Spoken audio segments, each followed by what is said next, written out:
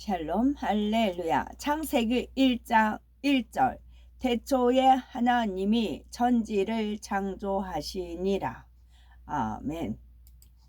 창세기 강의 15번째 영적인 존재들입니다. 하나님께서 부르시는 영적인 존재는 두 부류로서 천사와 그룹이 있습니다. 천사는 그 형체가 사람과 거의 같은데 사람과 달리 날개가 있지요. 그룹은 사람이 아닌 동물의 형체이며 종류가 매우 다양합니다. 천사와 그룹은 분명히 다른 존재이지요. 만약 그룹이 천사의 한 부류라면 성경에 굳이 그룹과 천사를 구분지어 기록하지 않았을 것입니다. 그런데 성경에 소개된 그룹은 그 형체부터 천사와 다른 것을 알 수가 있지요. 그러면 아버지 하나님께서는 왜 천사와 다른 그룹이란 존재를 또 만드셨을까요? 천사와 그룹은 모두 하나님께서 부리시는 영적인 존재들이지만 각각 사명이 다릅니다. 천사는 다양한 일들을 두루 감당하지만 그룹은 주로 호의와 경계 분야를 담당하지요. 그룹의 세계에도 서열과 질서가 있습니다. 그룹 중에서 서열이 높은 그룹들은 삼위일체 하나님을 호위하지요. 호위라는 것은 따라다니며 곁에서 보호하고 지킨다는 뜻입니다. 그룹들이 하나님을 호위한 장면이 성경 곳곳에 나오지요. 먼저 시편 99편 1절을 보면 여호와께서 통치하시니 만민이 떨 것이요 여호와께서 그룹 사이에 좌정하시니 땅이 요동할 것이로다 했습니다.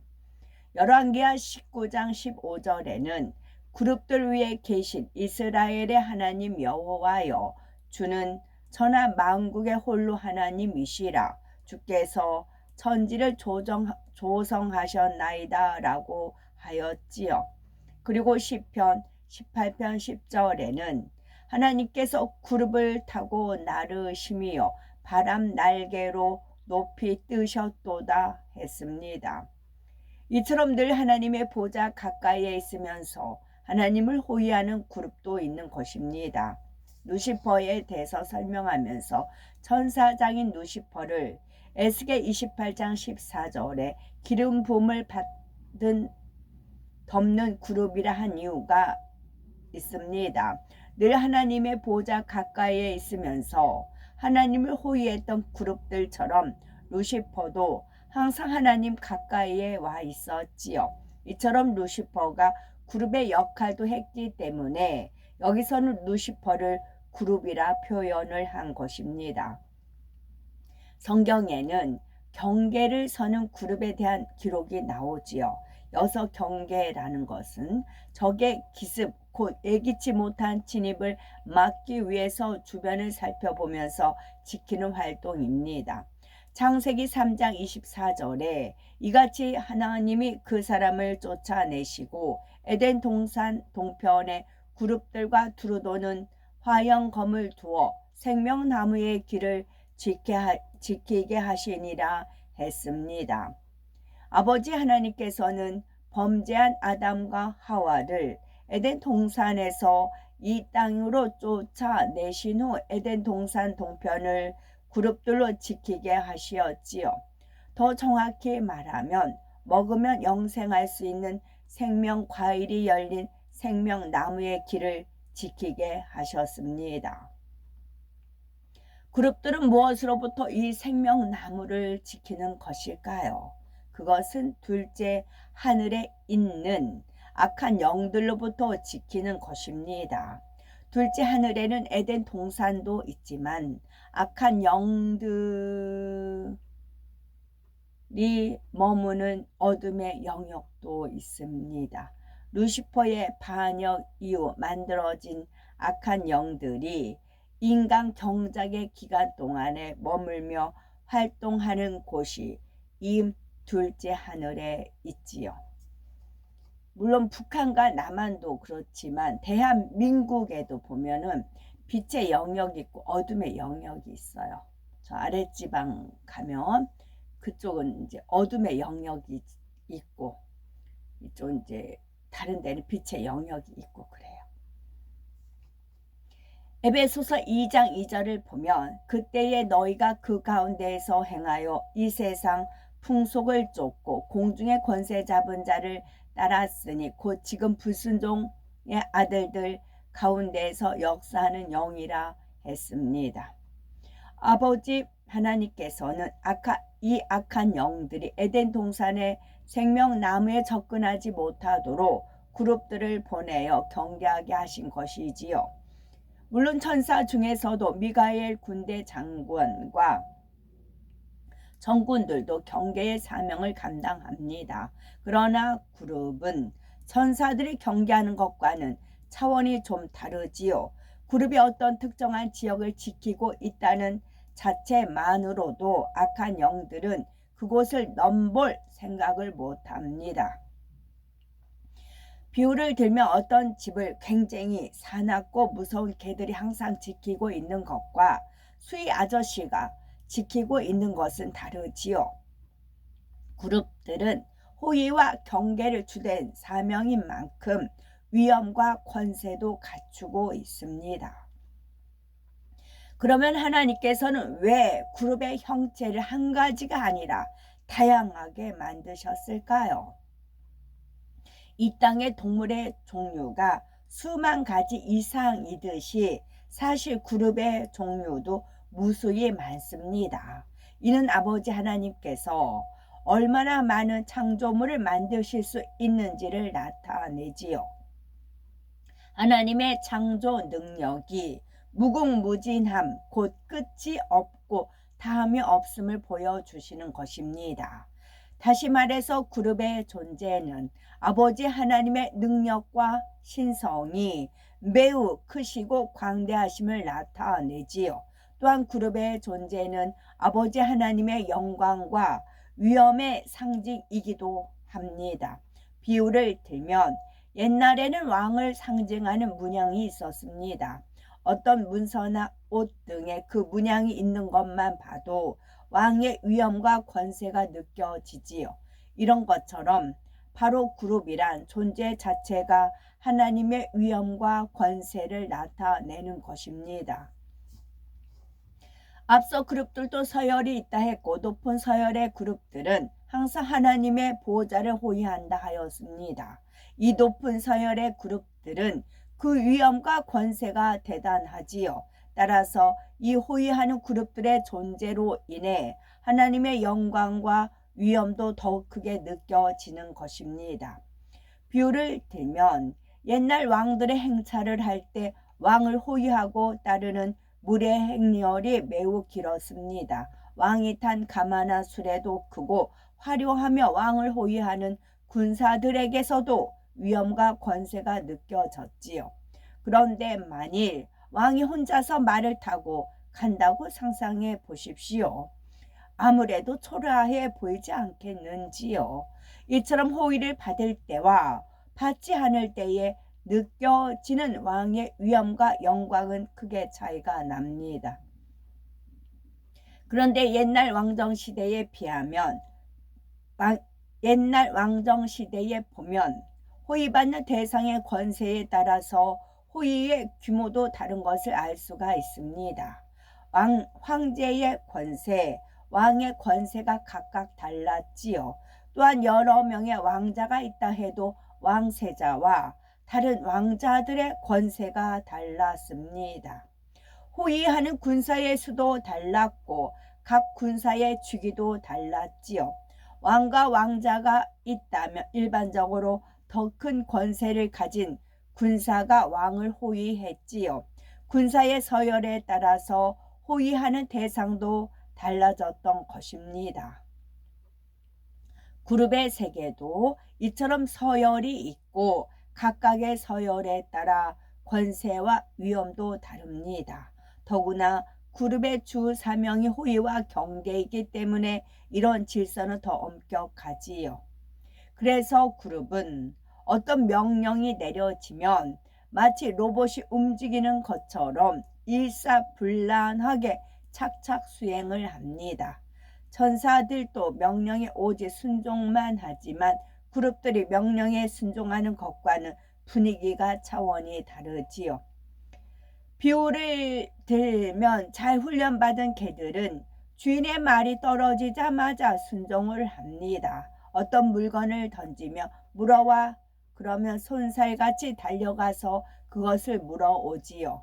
그런데 만일 그 주인이 이와 똑같은 상황에서 자신의 종에게 명령을 했다고 합시다. 그러면 종도 물론 주인의 말에 순종하겠지만 개가 순종할 때와는 분위기가 다르지요. 그것이 그룹과 천사의 차이입니다.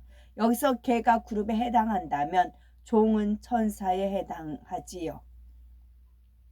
하나님께서는 그룹들 사이에 좌정하고 계시고 하나님께서 움직이실 때에는 그룹들도 함께 움직이며 호의를 합니다. 즉 하나님 가까이에는 항상 그룹들이 있지요. 그래서 하나님께서는 성막과 성전에도 그룹의 형상을 만들거나 무늬를 넣게 하셨지요. 성막과 성전은 하나님께서 임재하시는 거룩한 곳이기 때문입니다. 먼저 성막에는 언약궤 위에 얹는 속죄소의 두 그룹의 형상을 만들게 하셨지요. 출애굽기 25장 18에서 22절에 금으로 그룹들을 속죄소 두 끝에 져서 만들되 한 그룹은 이 끝에 한 그룹은 저 끝에 곧 속죄소 두 끝에 속죄소와 한 덩이로 연하게 할지며 그룹들은 그 날개를 높이 펴서 그 날개로 속죄소를 덮으며 그 얼굴을 서로 대하여 속죄소를 향하게 하고 속죄소를 궤 위에 얹고 내가 네게 줄 증거판을 궤 속에 넣으라. 거기서 내가 너 모세와 만나고 속죄소 위 곧 증거궤 위에 있는 두 그룹 사이에서 내가 이스라엘 자손을 위하여 네게 명할 모든 일을 네게 이르리라 하셨습니다.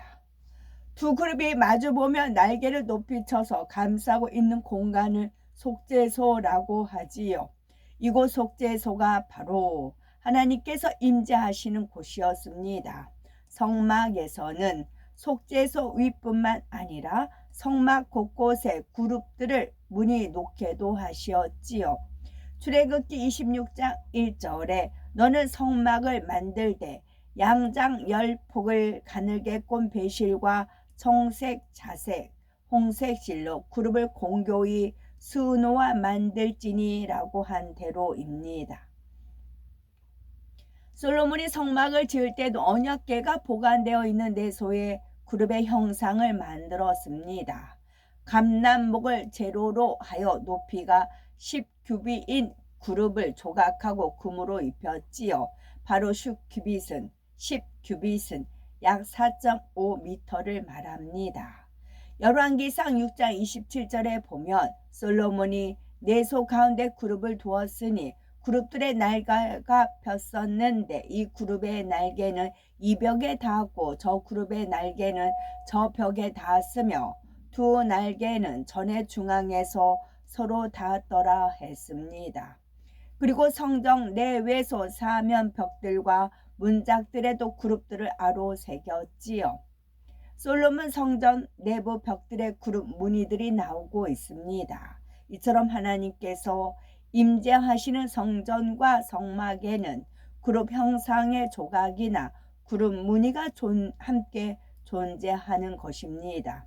이는 영의 세계에 계신 하나님의 주변의 그룹들도 항상 함께 있음을 형상화한 것이지요.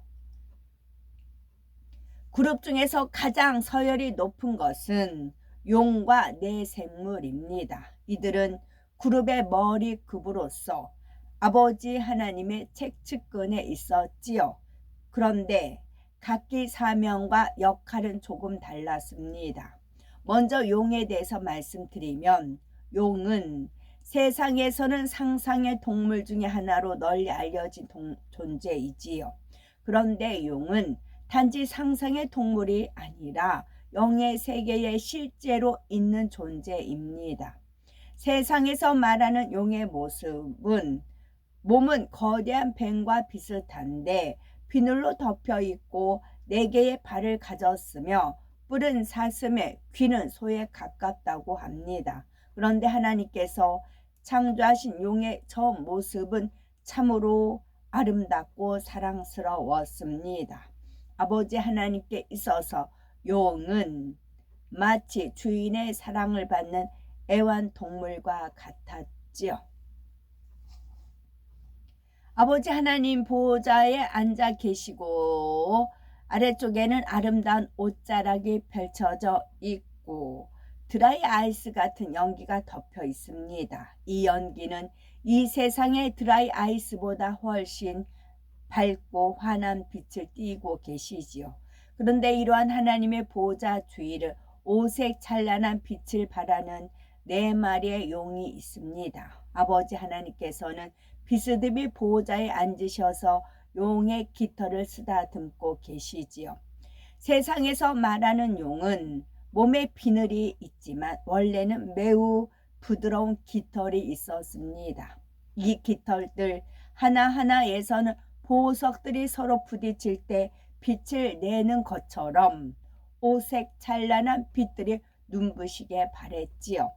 용의 아름다움은 말로 표현하기 어려울 정도입니다. 이러한 용들은 아버지 하나님의 보호자를 두르고 있으면서 아버지 하나님의 영광과 아름다움을 더욱 돋보이게 장식하는 존재들입니다.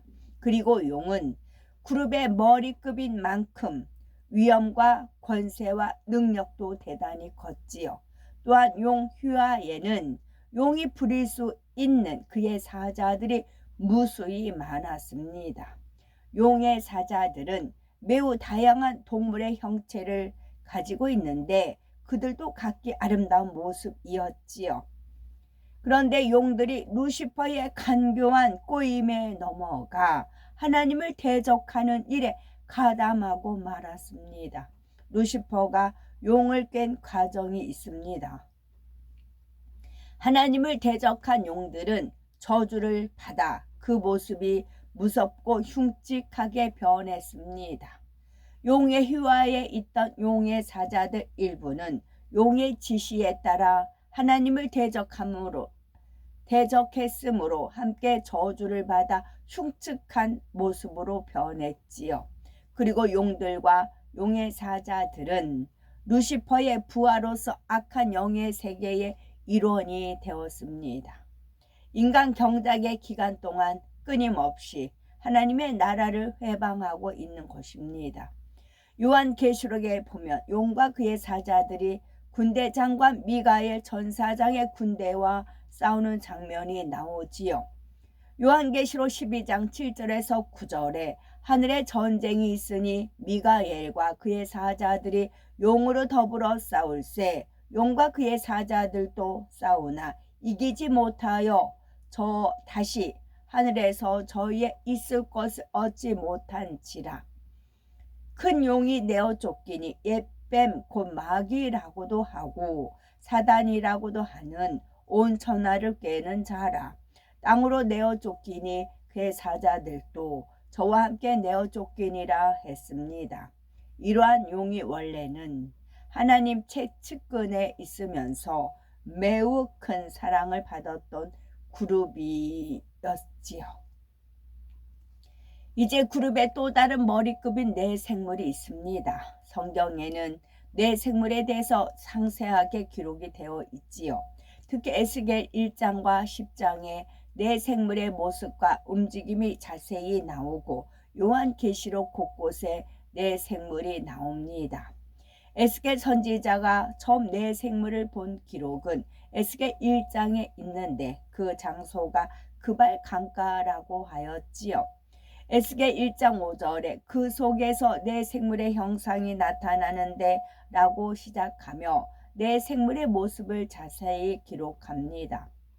이후 에스겔은 집에서 2번째로 4생물을 보았는데 그때의 기록은 에스겔 10장에 나와 있습니다.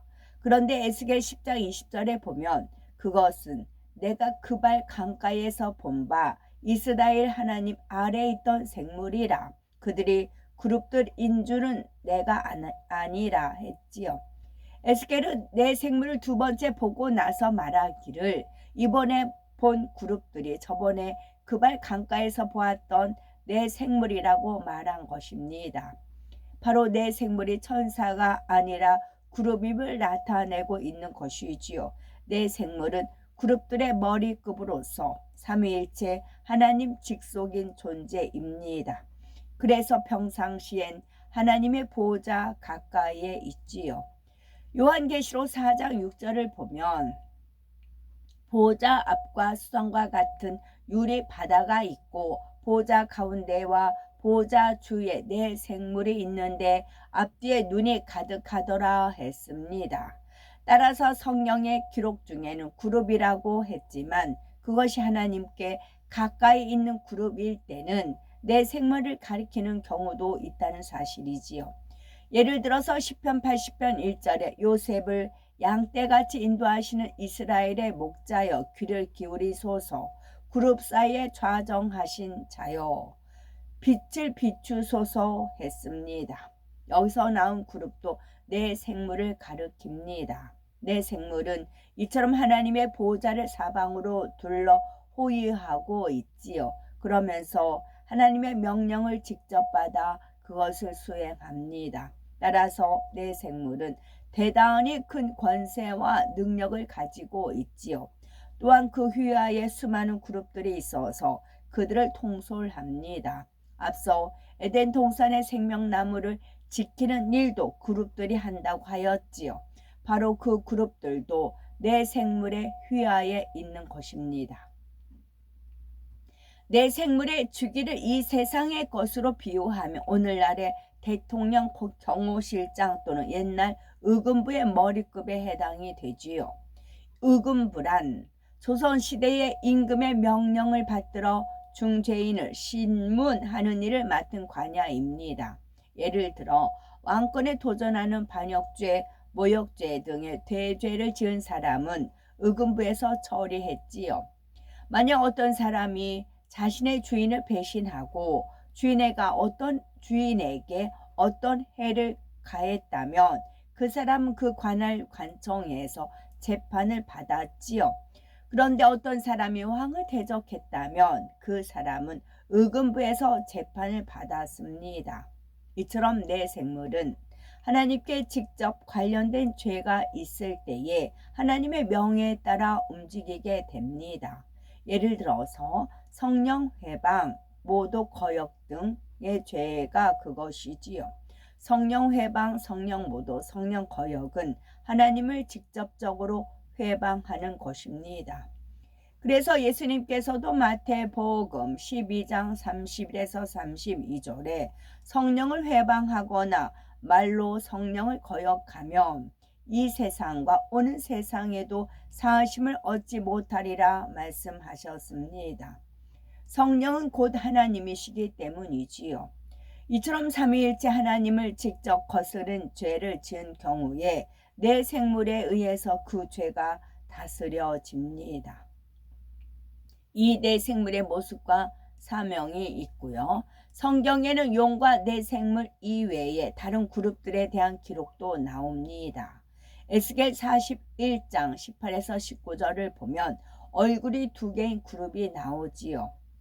널판에는 그룹들과 종려나무를 새겼는데 두 그룹 사이에 종려나무 하나가 있음에 매 그룹에 두 얼굴이 있으니 하나는 사람의 얼굴이라 어떤 종려나무를 향하였고 하나는 어린 사자의 얼굴이라 저편 종려나무를 향하였으며 온전 사면이 다 그러하여 라고 했습니다. 내 생물은 얼굴이 4개인데 여기 나온 그룹은 2개인 것이지요. 또 이사야 6장 2절에 보면 스랍이 나옵니다. 스랍 역시 그룹의 일종이지요. 이처럼 그룹에는 여러 부류가 있고 그 중에 내 생물이 그룹의 머리급으로서 하나님을 가장 가까이에서 모시고 있습니다.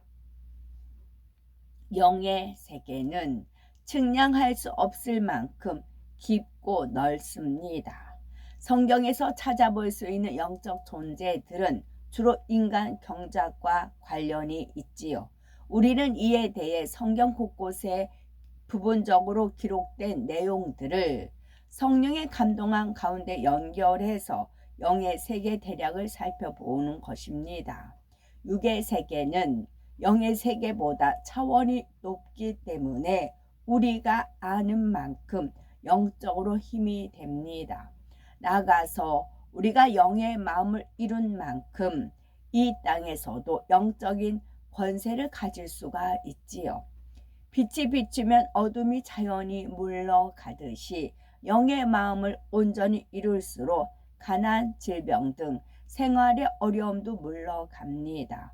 그러므로 우리들은 영을 더욱 사모하고 영으로 들어가셔야 되겠고, 육의 세계인 이 땅에 속한 사람이 아니요 영의 세계인 하늘에 속한 사람으로서 범사가 잘되고 형통한 복을 받아 나가는 복된 우리가 되어야 되겠습니다. 아멘. 샬롬.